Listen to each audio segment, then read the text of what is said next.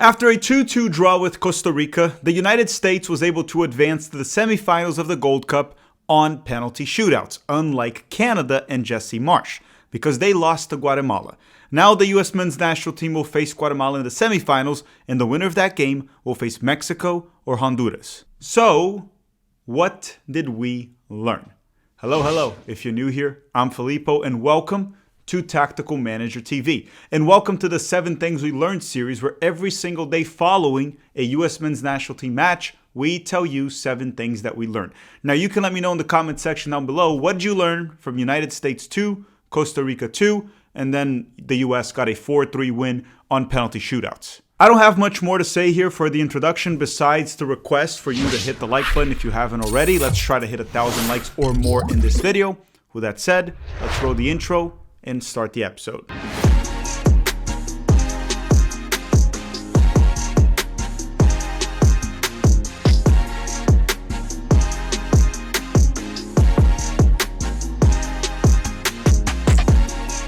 Okay, lesson number 1. All right, so out of every single game that we've played so far in the 2025 Gold Cup, this was our best offensive game. The combination play between Tilman and Luna, the off-the-ball movement, honestly, even Arson at times, off-the-ball movement, and many other players, it actually worked. We created a lot of goal-scoring opportunities, and we ended the game with 2 goals, but we could have easily had 3 or 4. I mean, we wasted a penalty kick. There were good opportunities. Keylor Navas made some good saves, and that was one of my biggest concerns coming into this game. If we would create enough goal-scoring opportunities to get goals against Keylor Navas, or at least to get more than Costa Rica, which they scored 2 goals, and we'll talk about that later in the video.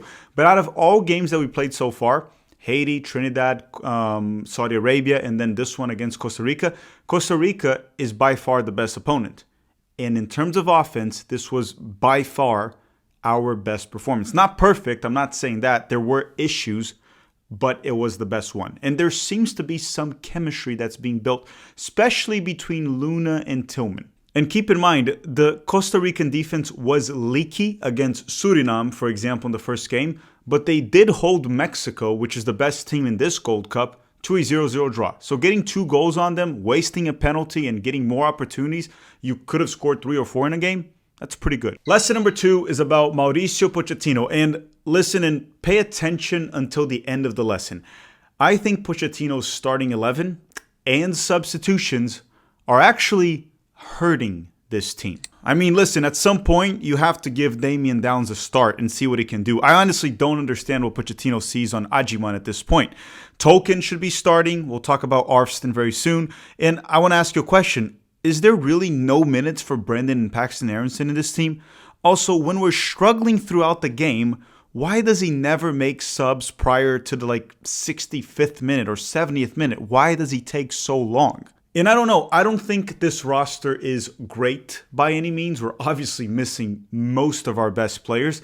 But I do think we can do better with the players that we have here. We have some good players in this roster. Some players that are worthy of the A-team. Malik Tilman, Tyler Adams. I mean, Brendan and Paxton could be fighting for a spot. Chris Richards is our best center back. There is quality. John Token is actually fighting for a backup left back spot. So the roster is not great, but it's also not horrendous. There are some players that probably shouldn't have been there, and they're getting too many minutes. But overall, this is not a horrendous roster. I think we could be doing a bit better. But his starting 11 with Ajiman starting, maybe Berhalter out wide. Berhalter has not been bad, but not really his position. McGlynn not playing his position. Arson that can't defend. We'll talk about that in a second. And then these subs that take too long to happen, even when the game's not really going our way, they're all questionable at best. Lesson number 3. Arson was involved directly in all 4 goals of this game. So let's talk about the positives first. The goal that he scored, which was the second goal for the U.S. men's national team, it was a great finish. That was a very nice goal from Arson. There's nothing to criticize there. It was a big positive and an important goal because it got us to get the lead once again, even though we lost the lead later on because of Arson. We'll talk about that in a second. Now, the assist that he got was a legitimate assist, but it wasn't a great assist. It was a bad cross. Diego Luna was making his run inside. He had to adjust his body and get a very tough first touch with his left foot, which ultimately led to a shot on goal, and it deflected and went in. It was a goal for the United States, the first goal.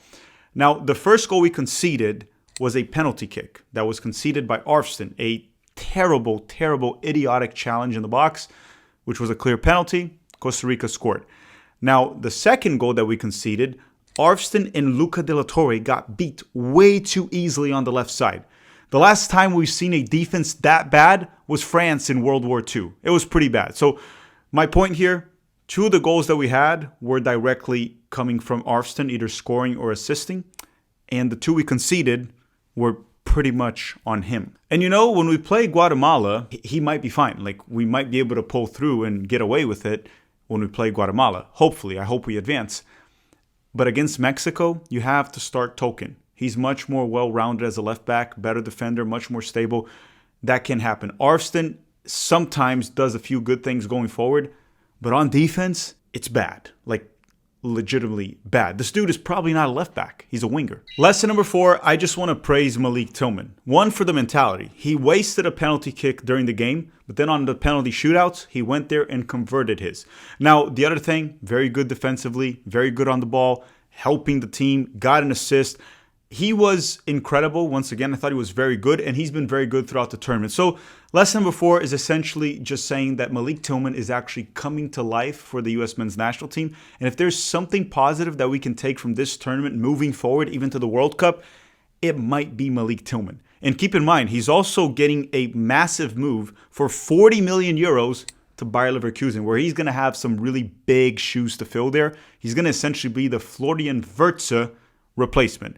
So again, this lesson number 4, is just me praising Malik Tilman. I thought he was incredible once again. Lesson number 5, and if you made it this far in the video, don't forget to drop a like, and it's about Diego Luna. Also, just a quick praise. Defensively, he was tremendous for us once again. He has that fight in him, and he continues to fight for his country, which I love seeing. On the ball, he looked good. He scored a goal. He continues to be one of the standout performers for the U.S. men's national team. And again, for the A team, I don't see Diego Luna starting, but I am most certainly seeing him as an A-roster lock at the moment. He's earned it. Okay, now lesson number 6, and this one's about Matt Freese, our goalkeeper. Okay, so it's an interesting one because on penalty shootouts, he was a 10 out of 10. He was incredible. He honestly got us through. Now, in terms of the game, I'm still not convinced. He's clearly not good or confident with his feet. He was just booting the ball forward to not make the same mistake he made against Haiti, which I'm fine with that. If you're not good with your feet, at least know you're not and don't try to play out of the back. In terms of shot stopping, when he was tested, he was He made like 1 save in this game. There were times where he was ball watching, and I'm not convinced with him when it comes to the full 90 minutes. On penalty shootouts, he was incredible. So there's no clear number 1. I still think that's up for grabs between Matt Freese, Matt Turner, or whoever you can name there.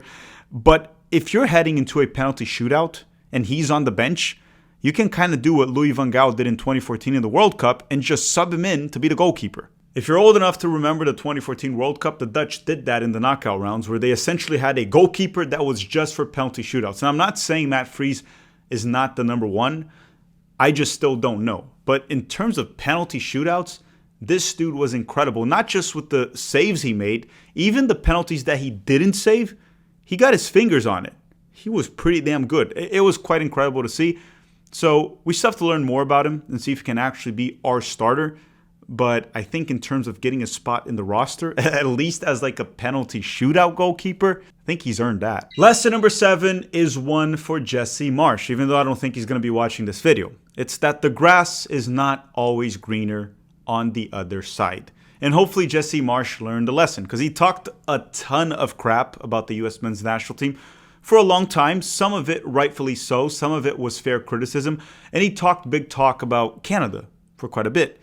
Well, they were eliminated by Guatemala on penalty shootouts, and the U.S. men's national team actually advanced to the semifinals. So, Jesse, the grass ain't always greener. And as I said multiple times, I don't think Jesse Marsh is a great coach. I think he's the best Canada can get, but I am still happy that the U.S. men's national team did not hire him. Even though I have a lot of questions about Mauricio Pochettino right now, I'm still happy we did not choose Jesse Marsh. All right, everyone, thank you very much for watching. We're going to drop a USA versus Guatemala preview the next day or so, and then we're obviously going to do a live watch along on Wednesday. Hopefully we advance, hopefully we defeat Guatemala, and then we play possibly Mexico or Honduras in the final on Sunday. I want to thank you all very much for watching. Don't forget to drop a like before you go, and have a great day.